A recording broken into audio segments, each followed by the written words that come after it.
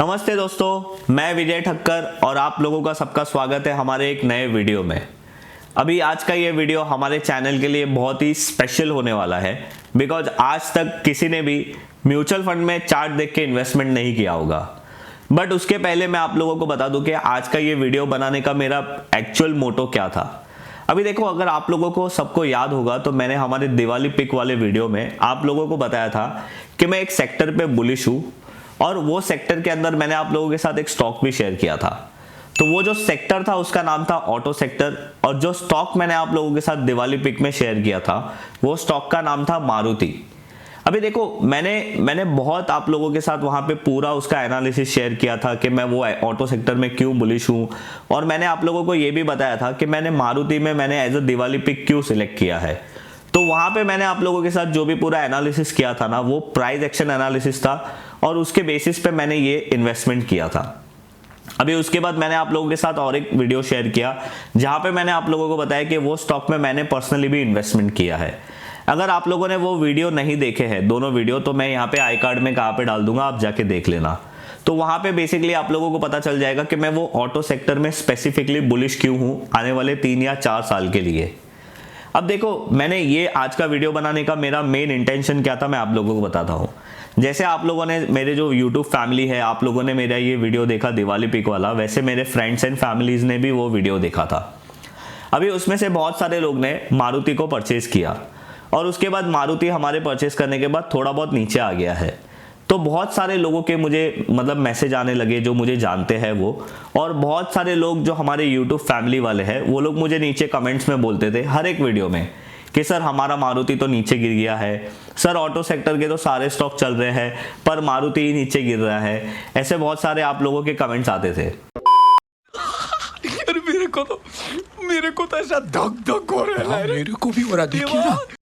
तो मैंने क्या सोचा कि ऐसा क्यों हो रहा है, तो मुझे एक चीज के बारे में पता चला जो होता है हमारा नॉर्मल माइंडसेट। देखो, हम लोग नॉर्मली इक्विटी में इन्वेस्ट करते हैं ना, तो हम लोग जनरली वो स्टॉक का प्राइस या फिर हमारा इक्विटी मार्केट की मूवमेंट डेली बेसिस पे ट्रैक करते हैं। फॉर एग्जाम्पल, अभी समझो कोई न्यूज आ गई कि इंडिया और चाइना के बॉर्डर पे कुछ प्रॉब्लम्स चल रही है जिसके कारण हमारे यहाँ पे प्रॉब्लम हो सकती है या शायद वॉर वाली सिचुएशन क्रिएट हो सकती है। तो अभी ये सिनेरियो में मार्केट बहुत ही सेंसिटिव होता है, तो मार्केट शायद थोड़ा गिरेगा। अब मार्केट गिरेगा तो हमारा स्टॉक भी गिरेगा। ये सारे रिलेशन जो बोलते हैं ना कि ये सारे कोरिलेट होते हैं एक सब चीज़ों से। और फिर समझो कभी कोई यूएस फेड मीटिंग हो गई, इंटरेस्ट रेट हाइक हो गया या फिर इंटरेस्ट रेट लो हो गया, उसके कारण भी मार्केट में बहुत सारी वॉलीटिलिटी होती रहती है। और दूसरी सारी चीज़ें तो आती ही रहती है हमारे मार्केट में, कहीं कोई कंपनी में कुछ हो गया या फिर हमारा इन्फ्लेशन डेटा खराब आ गया, तो ये सारी चीज़ें जो है वो डायरेक्ट मार्केट को बहुत इम्पैक्ट करती है और हमारे स्टॉक्स इसके कारण बहुत वॉलेटाइल रहते हैं। तो हमारी अगर जर्नी है पॉइंट ए से लेके पॉइंट बी तक, वो ऐसी स्ट्रेट नहीं होती है, वो ऐसे ऊपर नीचे वाली जर्नी होती है। अभी जनरली ऐसी वॉलेटिलिटी को एक नया इन्वेस्टर या नया ट्रेडर प्रॉपरली फेस नहीं कर पाता है because of the lack of emotions control. अभी अगर आप में से बहुत सारे लोग ऑलरेडी म्यूचुअल फंड में इन्वेस्ट करते रहेंगे तो आप लोगों को पता है कि मार्केट भले कितना भी गिरे पर आप अपने म्यूचुअल फंड इन्वेस्टमेंट को बंद नहीं कर देते बिकॉज आप लोगों ने वो इन्वेस्टमेंट किया है अपने लॉन्ग टर्म गोल के लिए। पर जब भी आप स्टॉक में इन्वेस्ट करते हो और वो स्टॉक नीचे गिरता है तो आप लोग उसमें से एग्जिट कर लेते हो। तो ऐसा क्यों होता है? तो जनरली देखो, इक्विटी मार्केट बहुत वॉलेटाइल होती है और यहाँ पे आप बाय और सेल कभी भी कर सकते हो और यहाँ पे जो भी प्राइस ऊपर नीचे होते हैं वो आप डेली बेसिस पे ट्रैक करते हो। तो जनरली जो एक इन्वेस्टर होता है ना, वो ये सारी चीज़ों को प्रॉपर हैंडल नहीं कर पाता है। तो मैंने क्या सोचा कि भाई जो सेक्टर में मैं बुलिश हूँ और मुझे लगता है कि आने वाले 3 या 4 साल में ये सेक्टर अच्छा कर सकता है, तो मैंने सोचा कि क्यों ना मैं आप लोगों के लिए एक ऐसा म्यूचुअल फंड दिखाऊं जो म्यूचुअल फंड ये स्पेसिफिक सेक्टर में ही इन्वेस्टमेंट करता हो।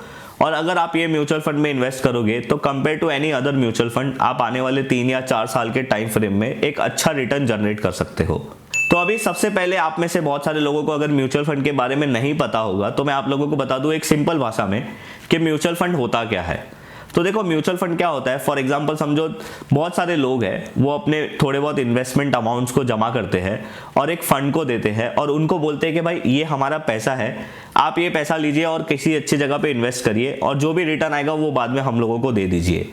तो अभी आप बोलोगे हाँ चलो ये तो सही है, जो पैसा हैंडल करता है वो प्रॉपरली एजुकेटेड और मतलब वो लीगली एक फर्म होती है जिसको बोलते हैं एएमसी। अब आप बोलोगे कि विजय जी यहाँ पे हम लोग ने सब लोग ने पैसा जमा किया और वो एएमसी को दे दिया और वो एएमसी में रिटर्न जनरेट करके हम लोगों को रिटर्न दे दिया, तो वो एएमसी का क्या फ़ायदा। तो देखो ये सारी चीज़ मैनेज करने के लिए एएमसी आप लोगों के पास से नॉमिनल कुछ चार्ज लेती है, वो उन लोगों का फ़ायदा होता है। तो अभी ये तो मैंने आप लोगों को म्यूचुअल फंड का एक बेसिक कॉन्सेप्ट समझा दिया कि म्यूचुअल फंड होता क्या है। सो जनरली लोगों के पूल ऑफ मनी होते हैं, वो एक एएमसी हैंडल करती है और किसी भी स्टॉक में या बॉन्ड्स में इन्वेस्टमेंट करती है। वो बॉन्ड में भी कर सकती है, स्टॉक में भी कर सकती है, रियल एस्टेट में भी कर सकती है, फिक्स असेट्स में भी कर सकती है, बहुत सारे ऐसे म्यूचुअल फंड होते हैं। बट जो आज मैं आप लोगों के साथ म्यूचुअल फंड की बात करने वाला हूँ वो 100% इक्विटी म्यूचुअल फंड है। मतलब अगर आप ये म्यूचुअल फंड में 100 रुपीज़ इन्वेस्ट करोगे तो ये 100 के 100 रुपीज़ इक्विटी मार्केट में इन्वेस्टमेंट हो गए। अभी देखो यहाँ पे इन्वेस्टमेंट करने से आप लोगों का फ़ायदा क्या होगा कि आप जो मार्केट में डेली बेसिस की वॉलेटिलिटी है आप उससे दूर हो जाओगे। तो अगर आप म्यूचुअल फंड में इन्वेस्टमेंट कर दोगे तो म्यूचुअल फंड अपना काम करेगा और आप अपना ऑफिस का काम कर सकते हो या फिर आप अपने बिजनेस में फोकस कर सकते हो। अल्टीमेटली हमारा जो एम है जनरेट करने का रिटर्न वो फुलफिल हो जाएगा। तो फिर चलिए मैं आप लोगों को दिखाता हूं कि वो म्यूचुअल फंड कौन सा है और मुझे क्यों ऐसा लग रहा है कि आने वाले 3 या 4 साल के टाइम फ्रेम में वो म्यूचुअल फंड हम लोगों को एक अच्छा रिटर्न दे सकता है। और हाँ, मैं आप लोगों को वो म्यूचुअल फंड का प्राइस एक्शन एनालिसिस भी करके बताऊंगा यहाँ पे। तो देखो आप लोग जो मेरे स्क्रीन पे देख रहे हो ना, ये mutualfundindia.com की एक रजिस्टर्ड वेबसाइट है। ये जो वेबसाइट है यहाँ पे आप कोई भी म्यूचुअल फंड के बारे में डिटेल निकाल सकते हो। तो जैसे मुझे पता चला कि भाई मेरा जो मोटो है, जो ऑटो सेक्टर में मैं बुलिश हूँ, वो ऑटो सेक्टर के रिलेटेड कोई म्यूचुअल फंड है क्या, तो मैंने बहुत सारी चीज़ों को देखा और फिर हमारे जो हमारे स्टूडेंट्स हैं उनमें से ही बहुत सारे लोगों ने मुझे बताया कि सर एक म्यूचुअल फंड है जो स्पेसिफिकली ऑटो सेक्टर में इन्वेस्टमेंट करता है। तो अभी वो म्यूचुअल फंड का नाम क्या है, UTI transportation and logistic fund. अभी आप लोग यहाँ पे देख रहे हो कि ये म्यूचुअल फंड है। अभी जैसे हर एक स्टॉक का प्राइस होता है वैसे म्यूचुअल फंड का एक एनएवी होता है। एनएवी का मतलब होता है नेट असेट वैल्यू। तो इसकी जो एनएवी का प्राइस है वो है 138.56 पैसा। अब ये जो एनएवी की प्राइस है वो मैं जब वीडियो रिकॉर्ड कर रहा हूँ ये तब का प्राइस है।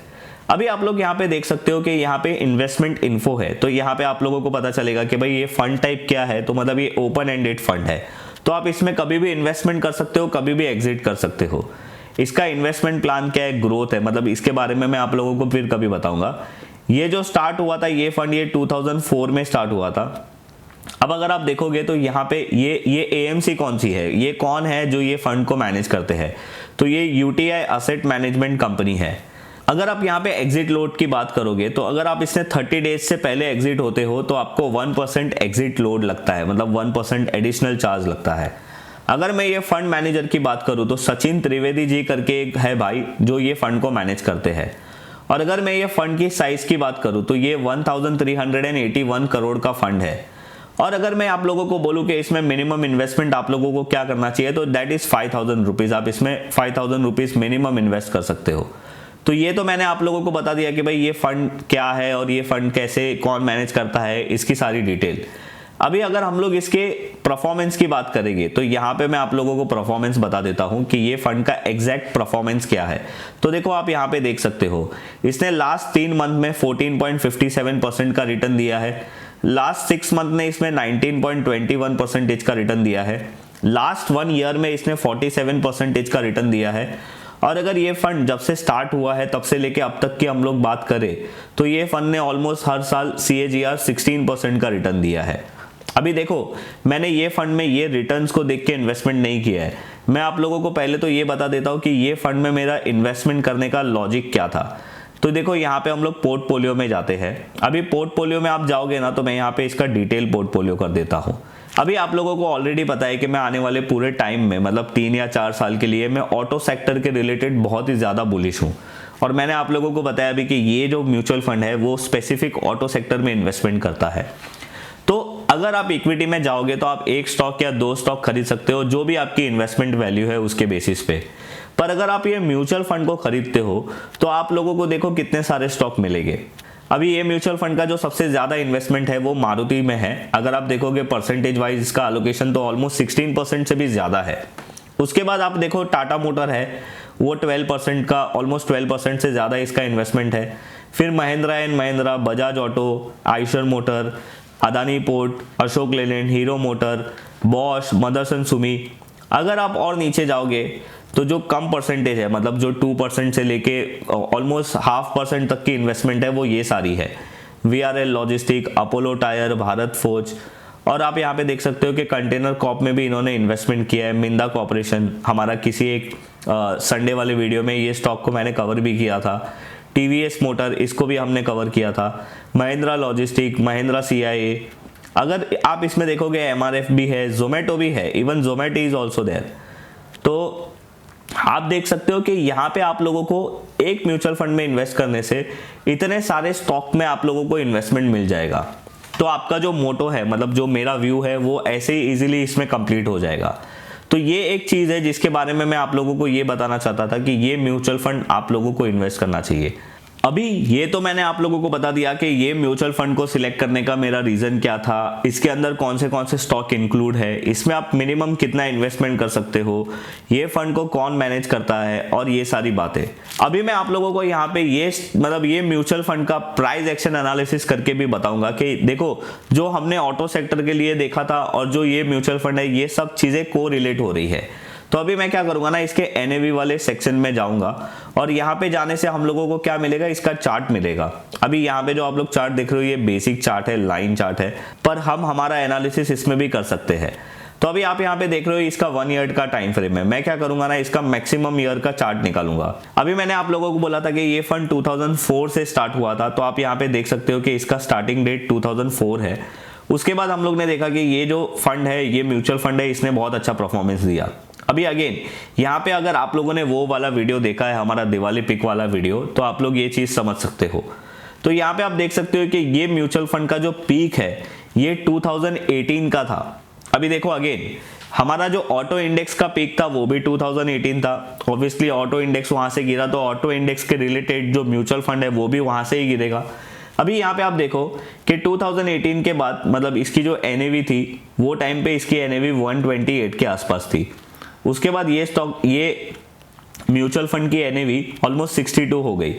तो आप यहाँ पे देख सकते हो, अगर मैं यहाँ पे एक लाइन बनाऊं, हॉरिजॉन्टल लाइन बनाऊं इसके पीक के यहाँ पे, तो आप लोगों को पता चलेगा कि यहाँ पे ये जो म्यूचुअल फंड का प्राइस था, इसको लाइफ टाइम हाई का रेजिस्टेंस था, जो रिसेंटली यहाँ पे इसने ब्रेक किया है, और ब्रेक करने के पहले अच्छा खासा कंसोलिडेट भी किया था ये एरिया में। तो अभी इसका जो मतलब NAV है वो अच्छे खासे ऊपर प्राइस में चल रहा है। इसके ब्रेकआउट ऑलरेडी ये NAV ने दे दिया है। मतलब इसका जो लाइफ टाइम हाई था विच वॉज समवेयर अराउंड 128, और इसका जो अभी का प्राइस है वो 138 के आसपास चल रहा है। तो इसने अपना लाइफ टाइम हाई भी ब्रेक कर दिया है जो 2018 का था। तो ये था मेरा पूरा एनालिसिस ये म्यूचुअल फंड को लेकर। अभी मैंने आप लोगों के साथ यहाँ पे जो म्यूचुअल फंड शेयर किया है ना, ये मेरा पर्सनल व्यू है। शायद ये म्यूचुअल फंड में मैं पर्सनली इन्वेस्ट भी करने वाला हूँ। तो अगर आप लोगों को इसमें इन्वेस्टमेंट करना है तो आप अपने फाइनेंशियल एडवाइजर को ज़रूर कंसल्ट करिए और उसी के बाद इसमें इन्वेस्टमेंट करना।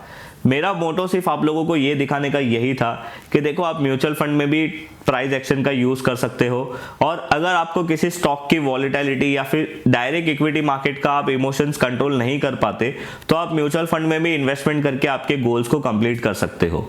अभी ये म्यूचुअल फंड में आप SIP भी कर सकते हो या फिर आप लमसम भी इन्वेस्टमेंट कर सकते हो। अभी देखो, म्यूचुअल फंड में इन्वेस्टमेंट करने का जो मुझे पर्सनली एडवांटेज लगता है वो ये है कि आप अपने काम या फिर आप अपने बिजनेस में बिजी रह सकते हो, वहाँ पे पूरा फोकस दे सकते हो, और यहाँ पे आपकी इन्वेस्टमेंट ऑटोमेटिकली काम करेगी जो AMC है और जो फंड मैनेजर है उसके हिसाब से।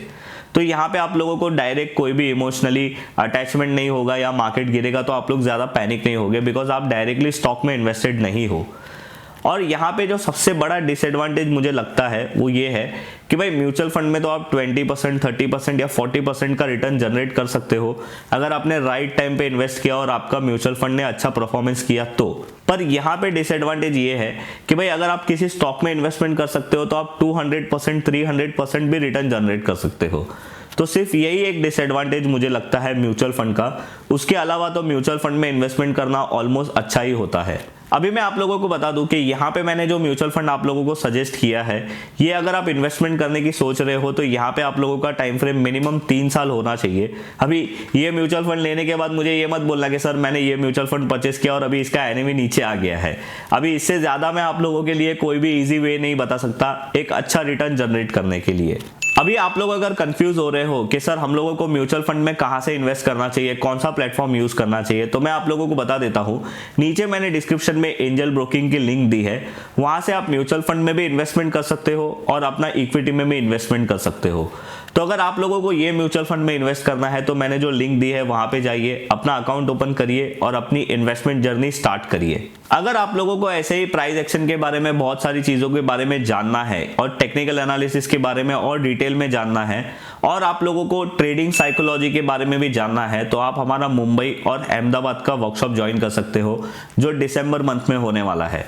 अभी मुंबई का जो सीट्स है वो ऑलमोस्ट फुल हो गया है, तो अगर आप लोगों ने अभी तक उसमें रजिस्ट्रेशन नहीं किया है तो मैं नीचे डिस्क्रिप्शन में लिंक दे दूंगा, आप वहां पे जाके रजिस्ट्रेशन कर सकते हो। अगर आप लोगों को आज का हमारा ये वीडियो यूजफुल लगता है, आप लोगों को लगता है कि ये वीडियो देख के आप लोगों का कुछ फायदा हुआ है, तो आप ये वीडियो अपने फ्रेंड्स और फैमिली के साथ शेयर कर सकते हो। अगर आप मेरे वीडियो को लाइक करोगे तो मुझे एक अच्छा मोटिवेशन मिलेगा आप लोगों के लिए ऐसे ही वीडियोस बनाने के लिए। और अगर आप लोगों ने अभी तक हमारा चैनल को सब्सक्राइब नहीं किया है तो आप लोग जरूर सब्सक्राइब करिए। हम लोग मिलेंगे कोई ऐसे ही नेक्स्ट वीडियो में, तब तक के लिए बाय बाय।